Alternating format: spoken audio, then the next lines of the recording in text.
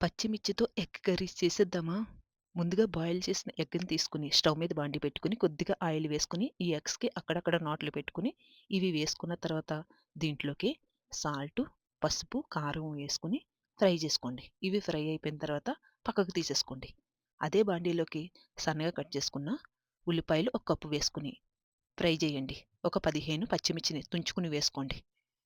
ఒక 10 పొట్టు తీసిన ఎల్లుల్లి రెబ్బలు, అల్లం ముక్కలు కూడా వేసుకొని ఫ్రై చేసుకున్నాక ఒక 10 జీడిపప్పులను కూడా వేసుకొని ఫ్రై చేసుకొని, ఇది కూడా పక్కకు తీసేసుకొని పూర్తిగా చల్లారిపోయాక మిక్సీ జార్‌లో వేసుకొని ఇవన్నీని కొత్తిమీర కూడా వేసుకొని మెత్తగా మిక్సీ పట్టేసుకొని పక్కన పెట్టండి. స్టవ్ మీద మళ్ళీ బాండీ పెట్టుకొని ఆయిల్ వేసుకున్న తర్వాత మిరియాలు, దాల్చిన చెక్క, యాలకులు, లామొగ్గ, ఒక బిర్యానీ ఆకు కూడా వేసుకొని ఫ్రై చేసుకోండి. ఒక స్పూను జీలకర్ర కూడా వేసుకొని ఫ్రై చేసుకున్నాక దీంట్లోకి మిక్సీ పట్టుకున్న ఉల్లిపాయ, పచ్చిమిర్చి పేస్ట్‌ని కూడా వేసేసుకొని నూనె పైకి తేలి పచ్చివాసన పోయేదాకా ఫ్రై చేసుకోండి.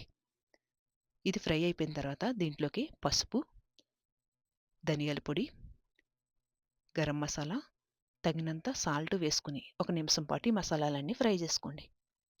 గ్రేవీకి తగ్గట్టుగా వాటర్ వేసుకొని ఒకసారి కలిపేసుకున్నాక ఫ్రై చేసుకున్న ఎగ్స్ కూడా వేసేసుకొని మూత పెట్టి దగ్గర పడే వరకు ఉడికించండి.